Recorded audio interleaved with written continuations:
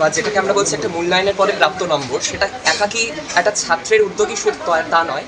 এর পাশাপাশি বাবা মা, আত্মীয় পরিজন, আমার গৃহশিক্ষক, আমার স্কুল শিক্ষক, প্রত্যেকের প্রত্যাশা, তাদের আমার পেছনে নিরলস অধ্যবসায়, প্রচেষ্টা, সব কিছুর একটা মূলীভূত ফলাফল হিসেবে ধরবো এই সাফল্য। যদিও মাধ্যমিকই চূড়ান্ত নয়, এরপরে আরও পথ চলা বাকি, তার জন্য নিজেকে সার্বিকভাবে প্রস্তুত করা এখন আমার একমাত্র অভিষ্ট। প্রথম যখন শুনলে তখন কি মনে হচ্ছিল যে রাজ্যে প্রথম হবে, এরকম একটা আশা তোমার ছিল? প্রথম পাঁচে থাকবো ভাবছিলাম, মানে এটা আমার থেকে বেশি যারা আমার প্রতি প্রত্যাশী ছিলেন তারা ভাবছিলেন। যাই হোক, এখন তাদের প্রত্যাশা বিফলে যায়নি, তাতে আমি আনন্দিত। পড়াশোনা ছাড়া আবৃত্তি চর্চা আছে, মানে প্রাতিষ্ঠানিকভাবে শেখা হয়নি।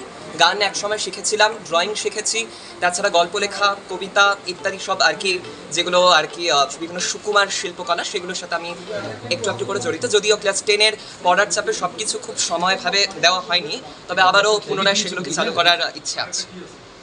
কেমন লাগছে রেজাল্ট শুনে? খুবই ভালো লাগছে। এরপরে নিজেকে আরও তৈরি করাই একমাত্র উদ্দেশ্য হবে।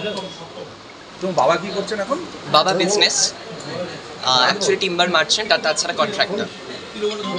স্কুলের ভূমিকা কি বলবে পড়াশোনা? হ্যাঁ, অবশ্যই এখানে একটা কথা বলার, যে করোনা অতিমারিকাল তো আমরা সকলেই সাক্ষী থেকেছি, এবং এই কথা একেবারেই কারো অগোচরে, মানে কারো আর কি অপ্রকাশ্যে নেই যে করোনা অতিমারির পরবর্তী যে উত্তর পর্ব সময়কালটা, সে সময় স্টুডেন্টদের একটা প্রবণতা খানিকটা কমে গিয়েছিল।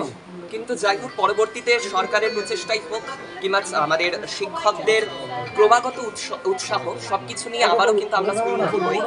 এবং তারপরেই স্কুলে গিয়ে সেখানে টিচাররা নিয়মিতভাবে আমাদের সাহায্য করতেন। যদিও আমার স্কুল টিচাররা বলবেন যে আমি স্কুলে অতটা নিয়মিত ছিলাম না, কিন্তু তা নয়। অবশ্যই স্কুল টিচাররা সব সময় আমার পাশে ছিলেন। তারা সবসময় আমাকে উপদেশ দিয়ে গেছেন এবং বলে গেছেন যে আগামীতেও অবশ্যই সাহায্য করে যাবেন। সুতরাং এইভাবে আমি ভাগ করি না যে স্কুলদের আলাদা ভূমিকা রয়েছে। আমি মনে করি এটা একটা যৌথ ভূমিকা, যার মধ্যে প্রত্যেকেরই একটা গুরুত্বপূর্ণ অবদান আছে। যারা এবার মাধ্যমিক দিবে তাদের কি সাজেশন করবে? যারা মাধ্যমিক দিবে তাদেরকে একটা কথাই বলবো যে কনসেপ্ট গ্রো করতে হবে, কেবলমাত্র মুখস্থ করলে চলবে না। আমাদের সময়ের যদি প্রশ্নপত্র দেখা হয়, এখানে অনেক কিছু কনসেপ্ট বেসড ছিল, সেক্ষেত্রে টেক্সট খুঁটিয়ে খুঁটিয়ে পড়া তো আছে, তার সাথে কিছুটা সহায়িকা বই যেমন আমি ফলো করছিলাম সেটাও করা যেতে পারে। লিখে লিখে অভ্যাস করাটাকে একটু গুরুত্ব দিতে হবে। আর সবচেয়ে বড় কথা, কৌতূহল তোমাকে শেখাবে যে কি করে জিনিস জানতে হয়। সুতরাং সেই জ্ঞান পিপাসা বা তৃষাটাকে বাড়াতে হবে, এটাই আমার উদ্দেশ্য। সারাদিনে কিভাবে পড়াশোনা করতে?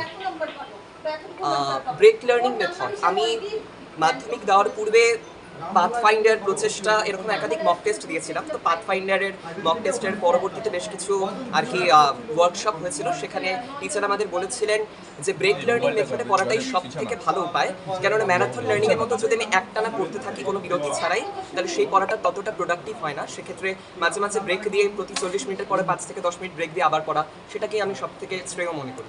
বোর্ডে প্রথম, এটা কি এক্সপেক্ট করেছিলে? প্রথম এক্সপেক্ট একেবারে করিনি সেভাবে আর কি, তবে প্রথম দর্শকটা কিছু করবো ভাবছিলাম। আগামীতে যারা মাধ্যমিক দিবে তাদের জন্য কি বার্তা দেবে? আর বই খুঁটিয়ে পড়া, রিভাইজ করা যতটা পারো, কেননা 11-12 সিলেবাসের তুলনায় ক্লাস 10-এর সিলেবাস অনেকটাই আয়তনে ছিল, কিন্তু তাই বলে কোনো কিছুকে উপেক্ষা করা ঠিক নয়। সেটাকে বারবার করে অভ্যাস করা, পুনরভ্যাস করা, এর মাধ্যমে জিনিসগুলোকে আত্মস্থ করে নিতে হবে। এটাই স্কুলের শিক্ষকদের ভূমিকা কেমন দেখছো, কি বলবে? হ্যাঁ, অবশ্যই স্কুলের শিক্ষকরা তো অবশ্যই পাশে ছিলেন। গৃহশিক্ষকরা যেমন করে আমাদেরকে নিজেদের মতো বাড়িতে গড়ে তুলছে, শিক্ষকের কাছে তো আমি একাকী ছাত্র নয়, তার সাথে সাথে হাজারটা ছাত্রের দায়িত্ব তাদের উপর থাকে। সুন্দরভাবে